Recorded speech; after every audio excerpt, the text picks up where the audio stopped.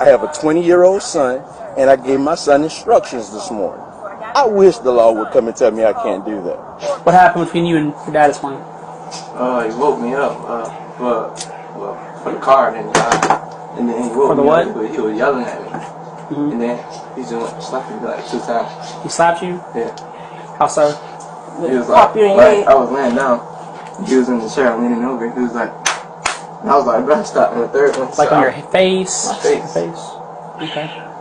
And then he got my phone. Were you? Calm down. When we get into when I tell him to do something, and he feels like he can yell back at me, and I get upset because I'm the daddy, and you're not going to disrespect me in my house. Yeah. Okay. You know what I'm saying? That's the notion. Nobody hit anybody. I was over his head while he was sleeping. I said, get up and do what I said. I didn't slap him. I tapped my child on the head. It's just the way how he came to him. Like, you shouldn't put your hands on me. He just hollering. He hollering early in the morning. The boy just getting up. Yeah. He just getting up, and I already had done got him up to do what I needed him to do anyway. But why you get out the bed and stop coming to him hollering and cussing him and all that? My car is down, and so I needed to get an Uber for my wife. And all I did was tell him, transfer the card from one phone to the other so you can pay for the Uber. We got the Uber sitting out here waiting. This is the reason why men are needed in the household. They maintain discipline, especially when the child is a male child. Women cannot handle boys as much as their fathers can. What's going on? What do you mean, what the fuck? What are you doing? What you got going on? What do you mean? What the fuck? What do you mean, what do I mean? Look, you're here with another dude? Don't that. What are you looking scared for? What the fuck are you doing here? What am I doing here? What are you doing here? I'm just having a conversation. You're just having a conversation with just a friend, huh?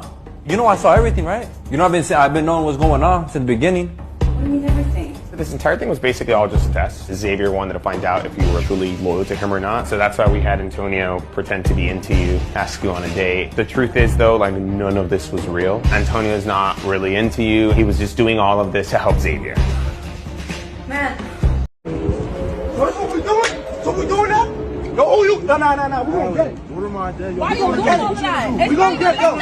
No, we gonna get it. Hey, stop, bro. Can I talk to you? Don't stop. Can I talk to you? Can I talk to you? Right now. You ain't gotta lie. You already caught. You literally caught. Okay. This dude caught his girlfriend cheating in an hotel room. Saying, okay, listen, I never seen you in this, and this is a man's. What do you mean nobody's here? Put on a baggies here, like 2005. I have, first of all, listen, I have your location. You're caught. You told me you was going somewhere else. I decided not to go there. It's hot. So you come into a hotel by yourself.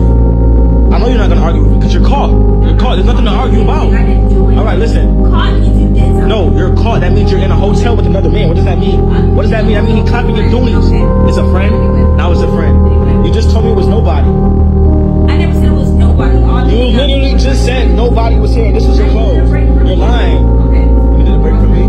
It is a break from you, so I came to a hotel where I can be alone and get some peace and quiet. You literally just said he was just a friend. You're alone? You're alone? You see I'm alone right now. Why you said you going here? Oh. Okay, no. I wanted to see and catch you red-handed. Okay, catch you. You literally just said another man was here. It's your friend. A friend that I never heard of. Somebody A friend. who's not you that's giving me peace of mind. We've been close for a long time. When? We've been together for 6 years. I never met a boyfriend of yours. You every friend that I had. Oh, I'm not dumb. I'm not dumb. You're in a hotel with a whole other man and his fit is out. Yeah, like everything is out. They got condoms and shit out. Like, what's going on? I'm sitting here with Hennessy here too. Half drunken Hennessy. This what you doing with your friend? Never, ever, ever build a woman, my brothers. And I'm going to tell you why. Now, back in the days, I was working outside London, yeah? So it would have been Maidenhead. So it's basically concierge. But it was like a team of us, and I was the youngest of the group, yeah? So at this age, I never used to respect money. It was during COVID, so everyone's indoors. I was making like 2 bags a month, innit?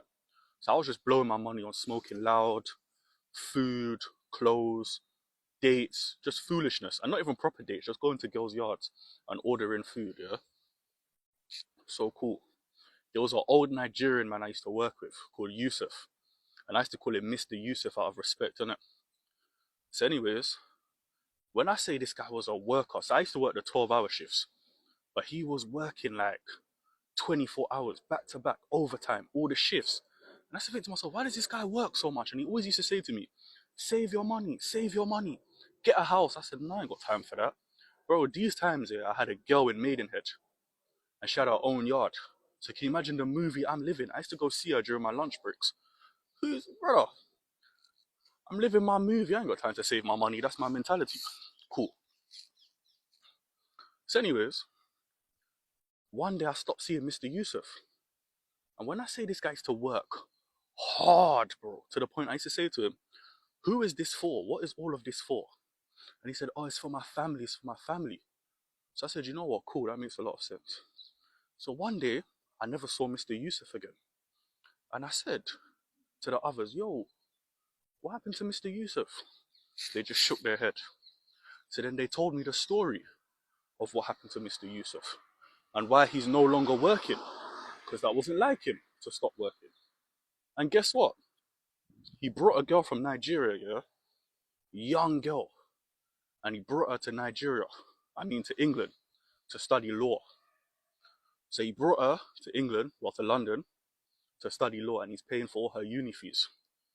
So while he's paying for all her uni fees, yeah, she's now graduated. So you see, when she graduated, she said to Mr. Yusuf, yeah, I'm a lawyer now. You're not on my level. She told Mr. Yusuf, you're not on my level. Do you understand? Do you know how peak that is for a man to hear after he's paid your uni fees, after he's sponsored you for the entirety of your degree? Mr. Yusuf went mad.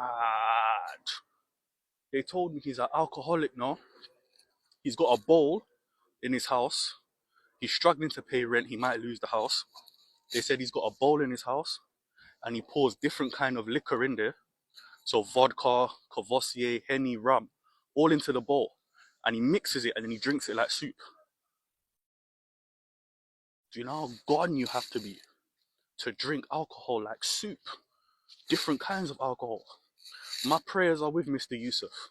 But let this be a lesson to all of you. Meet a woman where she's at. Don't ever build a woman. Never. Unless you want to get told you're no longer on my level. Never build a woman, my brothers. There you have it, fellas. Meet a woman where she's at.